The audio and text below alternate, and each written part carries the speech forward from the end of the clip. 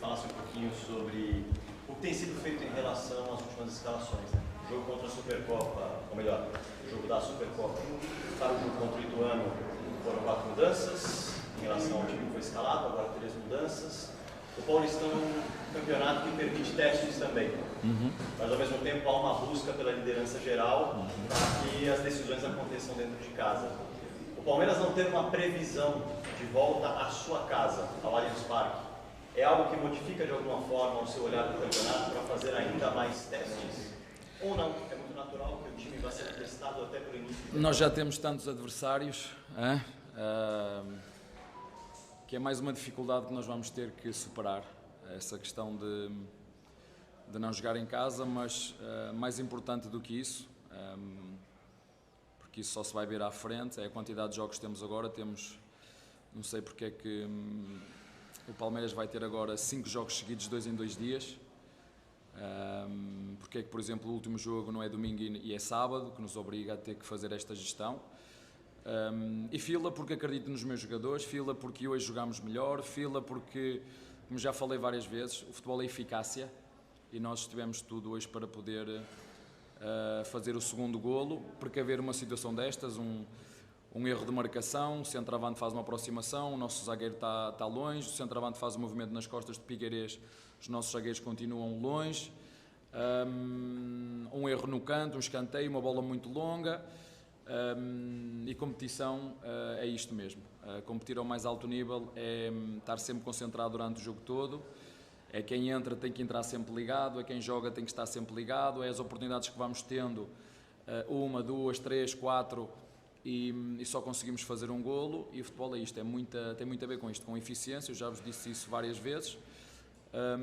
É pena porque acho que produzimos o suficiente para fazer mais do que um golo, mas é algo que nós temos que melhorar, a nossa eficiência. Já o ano passado éramos a equipa que mais produzíamos, que mais vezes conseguimos criar oportunidades de golo, como ainda hoje, mas as que contam são as que beijam a rede, e fizemos uma na baliza do nosso adversário. E nos últimos minutos, não sei se na primeira ou na segunda vez que o nosso adversário foi ao nosso golo, fez golo. E o futebol é isto. Tudo bem, Abel? Boa noite. Quando o Zé jogava de 8, né, ele já chegou a ter um papo com a comissão técnica de vocês para saber se ele poderia voltar a jogar mais à frente, como ele jogava nos tempos de Bahia. Com a contratação do Aníbal, muita gente imaginou que essa dupla poderia ser feita ali, com camisa 5, finalmente você tendo à disposição, e o Zé jogando de 8, e pela quantidade de opções que você já disse mais uma vez ter ali para esse setor, e pela falta de opções para um substituto do Veiga, você imagina que o Zé possa fazer essa função? Hoje a gente viu o Zé jogando um pouco mais perto dos atacantes, nessa linha mais ofensiva. É algo que ele voltou a te pedir? Você imagina ele sendo testado, observado ali? Não, jogamos com uma saída de 3-2, 3-1, com o Aníbal dá-nos mais opções. Temos o Fabinho que tem estado bem, a crescer. O campeonato é muito longo, há muitos jogos, como te disse, temos 5 jogos seguidos com intervalos de 2 dias. Jogamos hoje, daqui a 3 dias jogamos outra vez, daqui a 2 dias mais outra vez, são 5 jogos seguidos, e nós temos que fazer esta gestão para não perder já jogadores por lesão, porque não vale a pena estarmos aqui é assim que tem que ser. Agora o Zé tem umas características, o Veiga tem outras. O Zé pode jogar mais adiantado se tivermos que chegar à área, pode recuar na primeira fase de construção se tiver que vir dar apoio para ligar jogo, se o Aníbal tiver sob pressão. É assim que nós fazemos. Aqui a questão, nós não olhamos para a tática, olhamos para a dinâmica. Nós fazemos 3-1, 3-2, se o adversário me vier pressionar, se eu tiver só um volante, se vier pressionar, eu preciso de uma ajuda. A primeira ajuda é o Zé, que pode jogar ou baixo ou alto em função do que o adversário faz. Portanto, é dentro disto. Mas também estar-vos a explicar isto, eu acho que isso para vocês não vos interessa muito. Mas sim, já disse e volto a repetir, é um elenco que tem ali no meio campo, sobretudo para a posição 5 e 8, várias posições. Tenho o Menino, que também pode fazer essa posição. E para a posição 10, como eu vos disse, temos um jogador super pronto, que é o Veiga, com todo o rendimento que nós temos. E nós temos que perceber que, por muito que eu queira meter ali o Luís temos que lhe dar tempo. O próprio Jonathan, temos que lhe dar tempo. E não vou voltar a referir o que já vos disse anteriormente. É uma posição que nós gostávamos de ter outra opção para a posição de 10, quando o Veiga for para a seleção, por exemplo, nós neste momento temos 2 jogadores que podem fazer esta posição, o Luís e o Jonathan, e se não vier ninguém, são esses que vão jogar. Antes do jogo você comentou que o que mais move, mais incentiva essa equipe é a vitória, porque já é muito vencedora, mas nessa temporada já são 2 vitórias que escaparam entre os dedos, né? No gol de finalzinho. Queria saber como você lida com um grupo depois de situações como essa, o que pode ser feito para evitar que isso venha a se repetir? Aquilo que eu disse anteriormente é estarmos mais concentrados nos últimos minutos, é não deixar que o centroavante deles fazer um movimento de apoio e profundidade sem ter a perseguição dos nossos jogadores, e ser eficientes. Eu posso estar aqui a falar o que vocês quiserem, se nós criarmos 5 oportunidades e não fizermos golo, estamos sujeitos a sofrer. Portanto, o futebol é isto mesmo. As coisas são muito fáceis de resumir, não vou andar aqui à volta. Criámos o suficiente para fazer golos e não fomos capazes de fazer mais com golo. Professor, voltando de férias, que bom que você continuou. Achei que você fosse embora na virada da temporada. O planejamento, assim, a gestão dos jogos, né? Você tem vários. Essa semana são 3, né? Uma semana, em 6 dias. Hoje, quinta, o Corinthians. Você está preparando o time para o derby, posso dizer isso, né? Nesse tiro curto dessa semana, é para chegar com a força máxima, com o que você tem de melhor para o clássico do domingo? Não, é para não ter os jogadores lesionados, que é o que acontece. E não é por acaso que o Palmeiras é das equipas que tem ao longo do ano menos lesões, não é só porque tem um bom núcleo de performance, tem um treinador que é demasiado arrojado, gosta de dar oportunidades aos jogadores, gosta de os ver todos, e alguns agarram-na com unhas e dentes. Isso é bom, perceber que jogadores nós podemos contar, jogadores que estão mais preparados, jogadores que nós temos que ter paciência, mas temos que ganhar, é por isso que nós jogamos. Portanto, eu não penso no jogo daqui a 3 jogos, é um jogo de cada vez. Tivemos o último jogo no Barueri, recuperámos os jogadores, percebemos os jogadores que tínhamos, percebemos da sequência que já vinham, rodámos a equipa. Na minha opinião, fizemos um bom jogo, com boa dinâmica, com oportunidades de golo, excelentes oportunidades de golo, e volto a repetir, podemos andar aqui à volta, trocou os jogadores, trocou 4, trocou 5, trocou 7, trocou 3, não, a diferença é fazer golos, é em 2 fazer uma.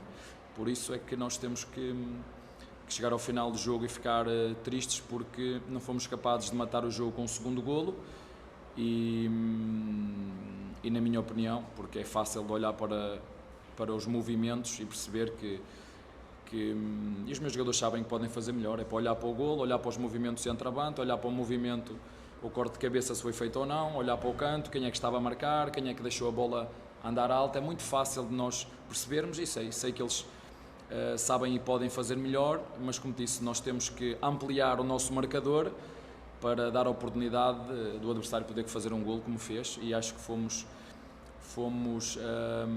penalizados, e bem penalizados, pela nossa falta de eficiência ou de eficácia durante o jogo todo, é a minha opinião. Tá? Professor, boa noite. Se me permitir, 2 perguntas rapidinhas. A primeira, o Palmeiras voltou a jogar no gramado sintético, e a mesma empresa que gerencia o gramado no Allianz Parque gerencia o gramado aqui. Queria a sua opinião sobre o gramado de hoje, sobre como foi o desempenho, entre aspas, do gramado no jogo de hoje. Uma segunda questão, o Antônio Oliveira.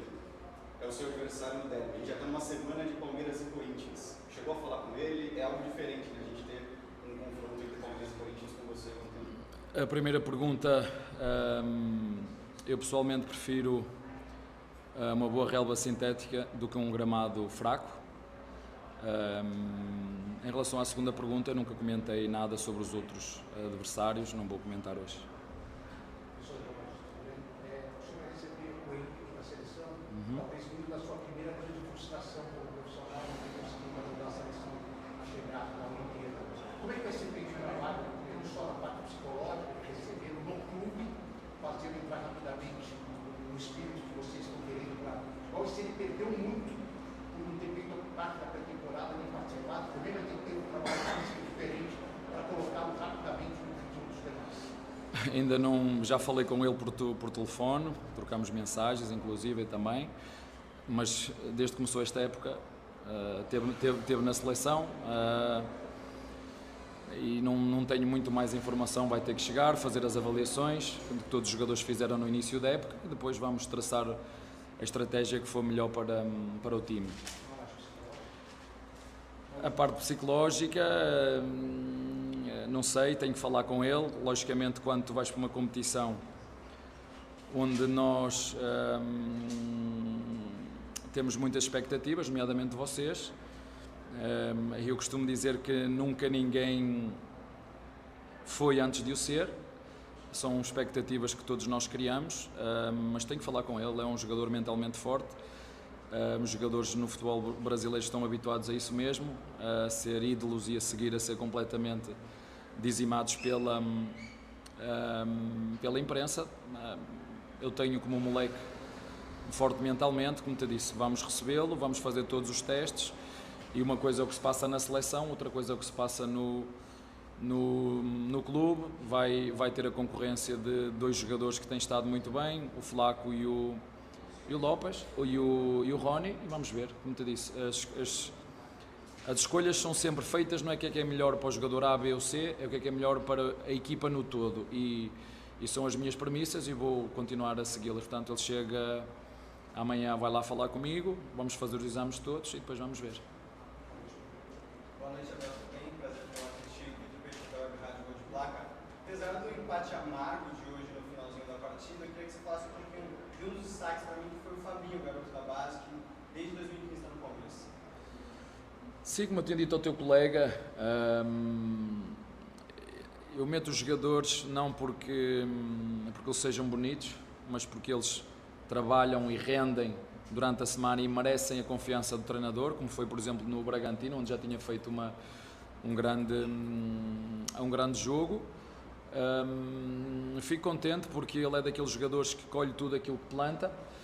É um jogador que já trabalha connosco, vocês não sabem, mas desde que eu cheguei ele já trabalha comigo, embora só nestes 2 últimos anos, ou neste ano e meio, é que tem estado mais assíduo, e nós fazemos isso com muitos jogadores, como o Luís, como o Estevão, com jogadores que trabalham connosco de forma diária, mas que uns estão mais à frente, outros estão mais atrás. Claro que todos acham que podem ser o Hendrick, não é?